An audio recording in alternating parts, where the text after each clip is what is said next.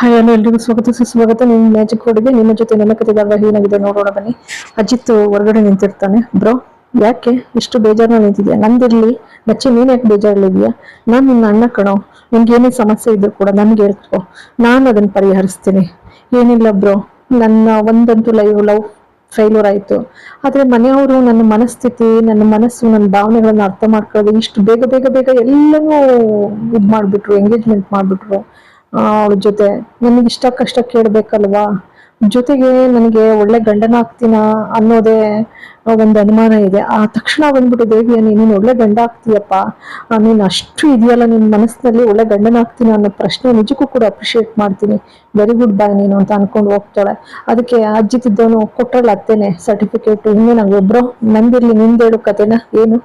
ಏನಿಲ್ಲ ಕಣೋ, ನನಗೆ ಬೆಳಗ್ಗೆ ಎದ್ರೆ ಭೂಮಿ ಮುಖ ನೋಡಿದ್ರಲ್ಲೇ ಸಮಾಧಾನ. ಮಲಗ್ಬೇಕಾದ್ರೆ ಅವಳು ಮುಖ ನೋಡ್ಕೊಂಡೆ ಮಲಗ್ಬೇಕು. ಹೀಗಾಗಿ ಅವಳು ಅತ್ತೆ ರೂಮ್ ನಲ್ಲಿ ಮಲಗ್ತೀನಿ ಅಂತೇಳಲ್ಲ, ನನ್ಗೆ ಯಾಕೋ ಅದು ಕಷ್ಟ ಆಗ್ತಾ ಇದೆ. ಹಾಗತ್ತಿದಾಗೇನೆ ಇದಕ್ಕೇನು ಬ್ರೋ ಪರಿಹಾರ ಇದೆ, ಒಂದ್ ಕೆಲಸ ಮಾಡೋಣ, ಸೆಕೆಂಡ್ ಶೋ ಫಿಲಮ್ಗೆ ಹೋಗೋಣ, ಹೋಗ್ಬಿಡಿ ಇಬ್ರುನುವೆ. ಆಮೇಲೆ ಬಂದ್ಬಿಟ್ಟು ನನ್ನ ಅತ್ತೆ ಜೊತೆ ಮಲಗಲ್ಲ ಇವತ್ತು ಒಂದಿನ, ನಾನು ಸಾಹೇಬ್ರ ಜೊತೆ ಮಲಗ್ತೀನಿ, ಇಲ್ಲ ಭೂಮಿ ಜೊತೆ ಮಲಗ್ತೀನಿ ಅಂತ, ನನ್ನ ಹೆಂಡತಿ ಜೊತೆ ಮಲಗ್ತೀನಿ ಅಂತ ನೀ ಹೇಳ್ಬಿಡು, ಒಳ್ಳೇದಲ್ಲ. ಜೊತೆಗೆ ಅಮ್ಮ ಅದಕ್ಕೆ ಮತ್ ತೆಗ್ದಾಕಲ್ಲ, ಗೊತ್ತಲ್ಲ. ಆಯ್ತು ಬಿಡು ಅಂತ ಹೇಳಿ ಬರ್ತಾರೆ ಒಳಕ್ಕೆ. ಬರ್ತಿದ್ದಾಗೇನೆ ಎಲ್ಲ ಊಟದಾಲಲ್ಲಿ ಡೈನಿಂಗ್ ಹಾಲ್ ಸುತ್ತ, ಡೈನಿಂಗ್ ಟೇಬಲ್ ಸುತ್ತ ಕೂತ್ಕೊಡ್ತಾರೆ ಊಟ ಮಾಡಕ್ಕೆ ಅಂತ ಹೇಳಿ. ಸ್ವಲ್ಪ ಶಾರದಾ ಹಿಂಜರಿತಾ ಇರ್ತಾರೆ. ಅದಕ್ಕೆ ಸಂಗೀತ ಇದ್ದವರು, ಭೂಮಿ ಹಂಚ್ಕೋತಾ ಇದ್ದಾಳೆ, ನಿನ್ ಜೊತೆನೆ ಕೂತ್ಕೊಂಡು ಊಟ ಮಾಡಮ್ಮ, ಹೊಟ್ಟೆ ತುಂಬಾ ಊಟ ಮಾಡ್ತಾಳೆ.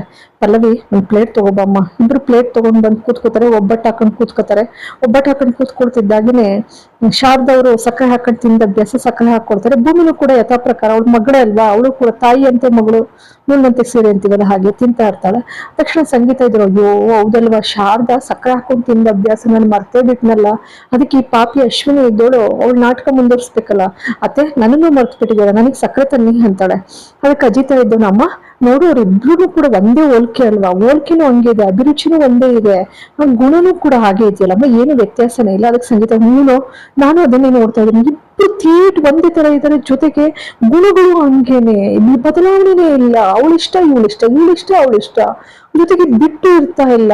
ನನಗೂ ಅದೇ ಅನುಮಾನ ಕಣೋ ಅಜಿತ ಅಂತಾರೆ. ಇಲ್ಲೆಲ್ಲೋ ಒಂದ್ ಕಡೆ ಅವ್ರೆಲ್ರಿಗೂ ಕೂಡ ಭೂಮಿನೇ ಮಗಳಿರ್ಬೋದ ಅನ್ನೋದು ಮನಸ್ಸಿನೊಳಗಿದೆ. ಆದ್ರೆ ಈ ಶ್ರವಣ್ ಮಂಕಬೂದಿ ಎರಚಿದಾಗೆ ಮಂಗನಂಗೆ ಆತರ ಆಡ್ತಾ ಇದಾರೆ ಅಷ್ಟೇ. ಊಟ ಮಾಡಾದ್ಮೇಲೆ ಭೂಮಿ ನಡೀರಿ ಒಂಚೂರು ರೆಸ್ಟ್ ತಗೊಳ್ಳೋರಂತ ಕರ್ಕೊಂಡು ಹೋಗ್ತಾಳೆ. ಹೋಗ್ತಾ ಇದ್ದಾಗೇನೆ ಇಲ್ಲಿ ಅಶ್ವಿನಿ ಬಂದ್ಬಿಟ್ಟು, ಅಮ್ಮ ನಿನ್ ಮೇಲೆ ನಾನ್ ಬಿಡೋದಿಲ್ಲ, ಇನ್ಮೇಲೆ ಏನೇ ಆಗ್ಲಿ, ಇಲ್ಲಿವರೆಗೂ ಮಗು ಆಗಿದ್ದಾಗ ನೀನ್ ನೋಡ್ಕೊಂಡ್, ಈಗ ನೀನ್ ನನಗ್ ಮಗು ಇದ್ದಾಗೆ, ನೀನ್ ನಾನ್ ನೋಡ್ಕೊಳ್ಳೋದು ನನ್ ಕರ್ತವ್ಯ, ನಡಿಯಮ್ಮ ಅಂತಿದ್ದಾಗೇನೆ ದೇವ್ಯಾನಿ ಇದ್ದೋಳು, ನನ್ಗನ್ಸುತ್ತೆ ಅದಕ್ಕೆ ಈ ಮೊದಲು ಒಪ್ಪು ಅಂತಾಳೆ. ಸರಿ ಅಂಜು, ಅಲ್ಲ ಏನೇ ಆಗ್ಲಿ ಕಂಫರ್ಟಬಲ್ ಆಗಿರೋವಂಥದ್ದು ಅಂತ ಅಂದ್ರೆ ಭೂಮಿ ಜೊತೆ ಯಾವಾಗ್ಲೂ ಭೂಮಿನೇ ಅಂಟ್ಕೊಂಡಿರ್ತಾರೆ, ಹಾಗಾಗಿ ಭೂಮಿನೇ ನೋಡ್ಕೊಳ್ಳೋ ಸೂಕ್ತ ಅನ್ಸುತ್ತೆ ನಮ್ಗೇನು ಅಂತಾಳೆ. ಹಾಗಂತಿದ್ದಾಗೇನೆ ದೇವಿಯನ್ನು ಧ್ವನಿಗೂಡಿಸ್ತಾಳೆ, ಹೌದಲ್ವಾ, ಜೊತೆಗೆ ಇಲ್ಲಿ ಯಾವಾಗ್ಲೂ ಭೂಮಿನೇ ಅಂಟ್ಕೊಂಡಿರ್ತಾರೆ. ಜೊತೆಗೆ ಊಟ ಮಾಡ್ಸಕ್ ಹೋದ್ರು ಅಶ್ವಿನಿ ಜೊತೆ ಹೆಚ್ಚಾಗಿ ಊಟ ಮಾಡಲ್ಲ, ಆದ್ರೆ ಭೂಮಿ ಜೊತೆ ಆದ್ರೆ ಹೊಟ್ಟೆ ತುಂಬಾ ಊಟ ಮಾಡ್ತಾರೆ.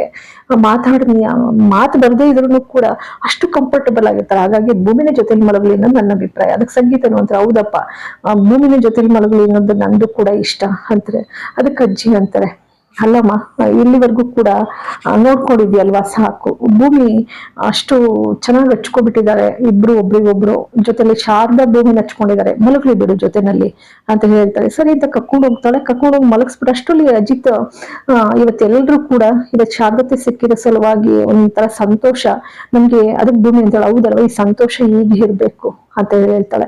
ಅದಕ್ಕೆ ಅಜಿತ್ ಇದ್ದವರು ಒಂದು ಮೂವಿ ನೋಡೋಣ ಅಂತ ಹೇಳಿ ಎಲ್ರೂ ಸೇರಿ ಈ ದೇವ್ರ ಮನೆ ಟೈಟಾನಿಕ್ ಅಂತಾರೆ. ಆಯ್ತು ಆಗ್ಲಪ್ಪ. ಅದಕ್ಕೆ ಶ್ರವಣ್ ಅಂತಾರೆ, ಭೂಮಿ ಯಾವ ಜನ್ಮದ ಪುಣ್ಯನಮ್ಮ ನಂದು, ಅವತ್ತು ನೀನು, ಅದಕ್ಕೆ ಮನೆಯವರೆಲ್ರು ಅಂತಾರೆ, ಭಾಗ್ಯಮ್ಮಂದಾಯ್ತು ಈಗ ಭೂಮಿಗೆ ಇಲ್ಲಿ ಶಾರದನ್ ಸರ್ದಿ ಅಂತೇಳಿ ಸಂಗೀತ ಅಜ್ಜಿ ಎಲ್ಲ ಅಂದಾಗ ಶ್ರವಣ್ ಅಂತಾರೆ, ನೀನು ಅವಳಿಗೋಸ್ಕರ ವ್ರತನೂ ಕೂಡ ಮಾಡಿದೆ, ವ್ರತದ ಪ್ರತಿಫಲ ಇವತ್ತು ಶಾರದಾ ಕೂಡ ಸಿಕ್ಕಿದಾಳೆ. ಇವತ್ತು ನಿನ್ ಶಾರದನ ಅಷ್ಟೇ ಜಾಗರೂಕತೆಯಿಂದ ನೋಡ್ಕೊಳ್ತಾ ಇದೀಯ, ನಿನ್ನ ಋಣ ನಾನು ತೀರ್ಸಕ್ಕಾಗಲ್ಲಮ್ಮ, ನನ್ನ ಮಗಳಿಗಿಂತ ಹೆಚ್ಚು ಅಂತ ಹೇಳ್ತಾರೆ. ಅದ್ರಲ್ಲೆಲ್ಲ ಏನ್ ಬಿಡಿ ಸಾಹೇಬ್ರೆ ಅಂತ ಹೇಳಿ ಹೋಗಿ ಮಲಗಿಸ್ಬಿಟ್ಟು ಬರ್ತಾಳೆ. ಬಂದ್ರೆ ಇಲ್ಲಿ ಎಲ್ರು ಕೂಡ ದೂರದಲ್ಲಿ ನಿಂತಿರ್ತಾರೆ. ನಿಂತಿದ್ದಾಗ ಅಜಿತನ್ನ ನಚ್ಚಿ ಸತ್ಯನ ಎಲ್ಲ ರೇಗಿಸ್ತಾ ಇರ್ತಾರೆ. ಅಲ್ಲ ಬ್ರೋ, ನೀನು ಸಿನಿಮಾ ನೋಡಕ್ ಹೋಗು ಅಂದ್ರೆ ಇಲ್ಲಿ ಫಿಕ್ಸ್ ಮಾಡಿದ್ಯಲ್ಲ, ಇಲ್ಲೆಲ್ಲ ಸಿದ್ಧತೆ ಮಾಡಿದ್ಯಲ್ಲ, ಏನ್ ಹೇಳೋಣ ನಿನ್ಗೆ? ಅದಕ್ಕೆ ಸತ್ಯನ ಅಂತಾರೆ, ಹೌದಪ್ಪ ನನಗೆ ಹೇಳಿ ಹೇಳಿ ಸಾಕಾಗಿದೆ, ನೀನ್ ಹೇಳು ಅಂತಾರೆ. ಅದಕ್ಕೆ ನಚ್ಚಿ ಅಂತಾನೆ, ಬ್ರೋ ಇವತ್ತು ನಾನು ಹೇಳಂಗೆ ಕೇಳ್ಬೇಕು ನೀನು. ಆಯ್ತಪ್ಪ. ಅಷ್ಟರಲ್ಲಿ ಅದಕ್ಕೆ ನೀವು ಅಣ್ಣನಿಗೆ ಐ ಲವ್ ಯು ಅಂತ ಹೇಳ್ಬೇಕು, ಹೇಳ್ದಿದ್ರೆ ನಾನು ಬಿಡೋದಿಲ್ಲ. ಅಲ್ಲ ಮೈದೂನು ಇಲ್ಲ, ಮೈದಾ ಹಿಟ್ಟು ಇಲ್ಲ, ನೀವ್ ಹೇಳ್ಬೇಕಷ್ಟೇ. ಆಯ್ತು, I like you, I love you ಅಂತ ಹೇಳಕ್ ಹೋಗ್ತಾರೆ. ಮನೆಯವರೆಲ್ಲರೂ ಬಂದ್ಬಿಡ್ತಾರೆ. ಬರ್ತಿದ್ದ ಹಾಗೇನೆ ಏನದು ಏನು ನಚ್ಚಿ, ಇಷ್ಟೊಂದು ಅಣ್ಣ ತಮ್ಮ ಇಬ್ರು ಕೂಡ ಇಷ್ಟೊಂದು ಖುಷಿಯಾದ ಭೂಮಿ ಅಂತ ಹೇಳಿ ಸಂಗೀತ ಅಂತಾರೆ. ಅದಕ್ಕೆ ನಚ್ಚಿ ಇದನ್ನು ಇವತ್ತು ಅದಕ್ಕೆ ಅಣ್ಣನಿಗೆ ಐ ಲವ್ ಯು ಅಂತ ಹೇಳ್ತಾ ಇದ್ರು. ಅಷ್ಟೊಂದು ನೀವೆಲ್ಲ ಬಂದ್ಬಿಟ್ರಿ, ನಾಚ್ಕೊಂಡ್ ಸುಮ್ನಾಗ್ಬಿಟ್ರು. ಹೌದಾ, ಹಾಗಾದ್ರೆ ಹೇಳಲೇಬೇಕು ನಮ್ ಮುಂದೆ ಅಂತ ಅಂತಿದ್ದಾಗೇನೆ ಭೂಮಿ ನಿಂತ್ಕೊಂಡು ಐ ಲವ್ ಯು ಸಾಹೇಬ್ರೆ ಅಂತಾಳೆ. ಹಂಗ ಅಂತಿದ್ದಾಗೆ ಸಂಗೀತದ ಎಷ್ಟು ಖುಷಿನೋ ಸೊಸೆನ ಆ ಸಂಭ್ರಮದ ವಾತಾವರಣದಲ್ಲಿ ನೋಡ್ತಾ ಇದ್ರೆ ಏನೋ ಒಂಥರ ಆನಂದ ಅವಳಿಗೆ. ಕ್ಲಾಪ್ಸ್ ತಡ್ತಾಳೆ. ಇಲ್ಲ, ಅಶ್ವಿನಿಗೆ ಸಂಕಟ, ನನ್ನ ಜೊತೆನಲ್ಲಿ ಒಡನಾಡಿತನನ ತಪ್ಪಿಸ್ಬಿಟ್ಲಲ್ಲ ದೇವಿಯಾನಿ, ಶಾರದಾ ಜೊತೆ ಇರೋಣ ಅಂತ ಅಂದ್ರೆ ಬಿಡ್ತಾ ಇಲ್ವಲ್ಲ ಅಂತೇಳಿ. ಪಾಪಿ, ಅದೆಲ್ಲ ಮುಖ್ಯ. ಜೊತೆಗೆ ನಚಿನ ಎಲ್ಲಿ ತಾನು ಮದ್ವೆ ಆಗ್ಬಿಡ್ತಾಳೋ ಅನ್ನೋ ಒಂದು ಭಯ. ಮಗದೊಂದೆಡೆ ಶಾರದಾಗೆ ಏನು ಅಪಾಯ ಮಾಡೋಕ್ ಬಿಡೋಲ್ಲ ಅಂತೇಳಿ. ಅಪಾಯ ಮಾಡೋಕೆ ಇವಳು ಕೂಡ ದೊಡ್ಡ ಕೊಲೆಗಾತಿನೇ, ಕ್ರಿಮಿನಲ್ಲೇ. ಆದ್ರೆ ಇವಳಿಗೆ ಶಾರದವರಿಂದ ಸ್ವಾರ್ಥ ಸಾಧನೆ ಇದೆ. ಹಾಗಾಗಿ ಅವಳು ಶಾರದಾನ ಏನು ಕೂಡ ಮಾಡೋದಿಲ್ಲ. ಇಲ್ಲಿ ಶಾರದಾ ಜೊತೆ ಬಿಟ್ರೆ ಇವಳು ಕೊಲ್ಲಕ್ಕಾಗಲ್ಲ. ಹಾಗಾಗಿ ಭೂಮಿ ಆದ್ರೆ ಒಂಥರ ಮಂಗಂತರ, ಏನ್ ಹೇಳಿದ್ರು ಕೂಡ ನಂಬ್ಕೊಬಿಡ್ತಾಳೆ. ಯಾಕೆಂದ್ರೆ ದೇವಿಯಾನಿ ದೇವತೆ ಅಂತ ನಂಬಿಡಿದಾಳೆ. ಅಜಿತ್ ಎಷ್ಟು ಬಾರಿ ಹೇಳಿದ್ರು ಕೂಡ ನೀನು ಕೊಲ್ಲೋಕ್ ಪ್ರಯತ್ನ ಪಟ್ಟವಳು, ದೂರ ದೂರ ಇರೋದ್ರು ಕೂಡ ಅವಳು ಬಿಡ್ತಾ ಇಲ್ಲ. ಹಾಗಾಗಿ ಭೂಮಿಯಿಂದ ನಾನು ಹೇಗಾದ್ರೂ ತಪ್ಪಿಸ್ಕೋಬಹುದು ಅಂತ ಹೇಳಿ ಪ್ಲಾನ್ ಮಾಡ್ತಾಳೆ.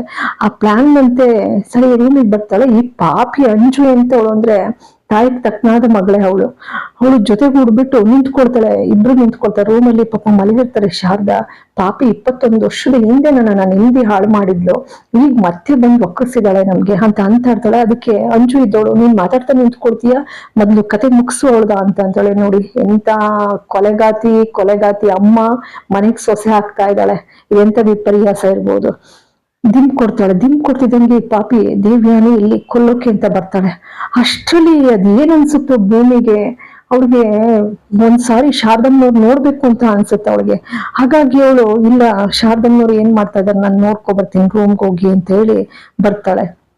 ಅಷ್ಟ್ರಲ್ಲಿ ಇವಳು ಕೂಡ ದಿನ್ ಬಿಡ್ಕೊಂಡು ಅವಳನ್ನ ಕೊಲ್ಲೋಕೆ ಅಂತ ಸಿದ್ಧವಾಗ್ತಾಳೆ.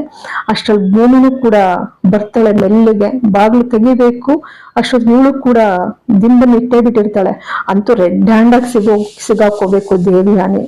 ಭೂಮಿ ಕೈಗೂ ಅಷ್ಟೇ, ಅಜಿತನ ಕೈಗೆ ಸಿಗಾಕೋಬೇಕು ಇವಳು. ಯಾಕೆಂದ್ರೆ ಭೂಮಿನ ಹೆಂಗಾರ ಯಾಮಾರ್ಸ್ಬಿಡ್ತಾಳೆ ಸುಳ್ಳು ಪಳ್ಳು ಹೇಳಿ. ಆದ್ರೆ ಅಜಿತನ್ ಮಾತ್ರ ಯಾವ್ದೇ ಕಾರಣಕ್ಕೂ ಕೂಡ ಯಾಮಾರ್ಸಕ್ಕಾಗಲ್ಲ. ಶ್ರವಣ್ ಕೂಡ ಬರ್ಬೇಕು ಈ ದೃಶ್ಯ ನೋಡಕ್ಕೆ. ಶ್ರವಣು ಅಜಿತ್ ಇಂತಹ ಇವಳು ಕೊಲೆ ಮಾಡಕ್ ಪ್ರಯತ್ನ ಪಟ್ಟಂತದ್ದು ಇದೆಲ್ಲ ಇವಳು ಬಾಯಿಯಿಂದ ಇವಳು ಮಾಡುವಂತ ಈ ಕೆಟ್ಟ ಕೆಲಸಗಳನ್ನೆಲ್ಲ ಕಣ್ಣಾರೆ ನೋಡುವಂತಾಗ್ಬೇಕು. ಅದು ಕೂಡ ಶೀಘ್ರದಲ್ಲಿ ಬರ್ತದೆ ಅಂತ ಹೇಳಿ ಭಾವಿಸೋಣ. ಇಂತಹ ಈ ಒಂದು ಸಂಚಿಕೆಯನ್ನ ನೋಡಿ ನಿಮ್ಮೆಲ್ಲರ ಆಶೀರ್ವಾದ ಬಹಳಷ್ಟು ಮುಖ್ಯ. ಪ್ಲೀಸ್ ಸಬ್ಸ್ಕ್ರೈಬ್ ಮಾಡಿ, ಶೇರ್ ಮಾಡಿ. ಭೂಮಿ ಬಂದು ಈ ದೇವಿಯಾನಿ ಕುತಂತ್ರನ, ಅವಳ ಆ ಕೊಲೆ ಮಾಡ್ತಾ ಇರ್ತಕ್ಕಂಥ ಸಂಚನ್ನ ಅಮ್ಮ ಮಗಳದನ್ನ ತಪ್ಪಿಸಿ ಅವರನ್ನ ರೆಡ್ ಹ್ಯಾಂಡ್ ಆಗಿ ಇಟ್ಕೊಳ್ತಾಳ ಅನ್ನುವಂಥದ್ದು ಇಂತಹ ಒಂದು ಕುತೂಹಲಕಾರಿ ಸಂಚಿಕೆಯನ್ನ ನೋಡಿ ಪ್ಲೀಸ್ ಸಬ್ಸ್ಕ್ರೈಬ್ ಮಾಡಿ, ಶೇರ್ ಮಾಡಿ, ಒಂದು ಲೈಕ್ ಕೊಡಿ. ಎಲ್ಲರಿಗೂ ಕೂಡ ಮತ್ತೊಮ್ಮೆ ಮಗದೊಮ್ಮೆ ಅನಂತ ಧನ್ಯವಾದಗಳು.